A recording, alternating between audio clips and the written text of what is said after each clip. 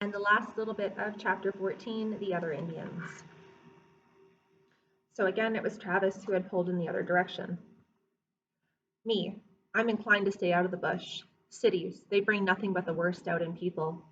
Wab snorted and walked in a small circle, shaking her head. I know for sure Mig noticed this time. I've done some bad shit in my time in the cities. Years back, I had some bad habits. The kind of habits that make a man do things he isn't proud of. He poked at the fire with a thin stick, more nerves than anything. But I will say this, in my defense. Not that I can defend myself, really. Here, he looked up at Wab for the first time. I never would have done things if I'd have known the outcome.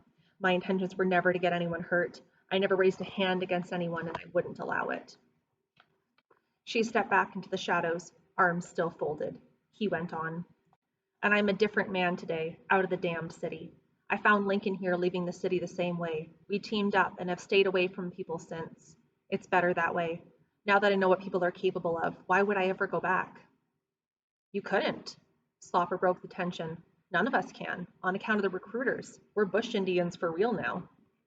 Travis laughed at Slopper's serious decree and clapped him on his thick back. Well, I think now that we've eaten and smoked good offerings together, and seeing how the sky is falling, you should consider putting up here for the night. He opened his arm and gestured to the clearing.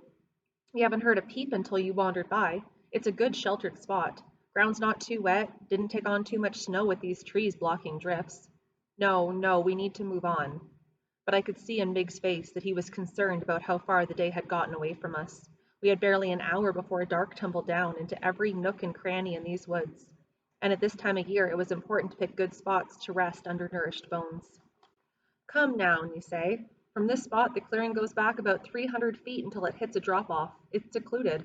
You can take your clan further that way if you'd like, or you can share the fire with us. Either way, me and Lincoln don't mind. He stood up, brushed off his backside, and clapped his sidekick on the shoulder. Do we, Link? The man didn't answer at first. His eyes had become glassy, and his lips were too thick for clear speech. He reminded me of Wab that day back at the Four Winds, distorted somehow.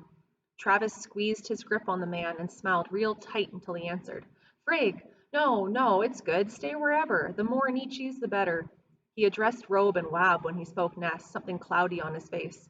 Stay close by. It's safer the closer you are. The girls turned their back to him, not so much to ignore his veiled remark as to show them they had no fear of him. But you don't turn your back on a dangerous animal. Only squirrels should be able to see your spine. We didn't know that he was an animal we had yet to imagine could exist.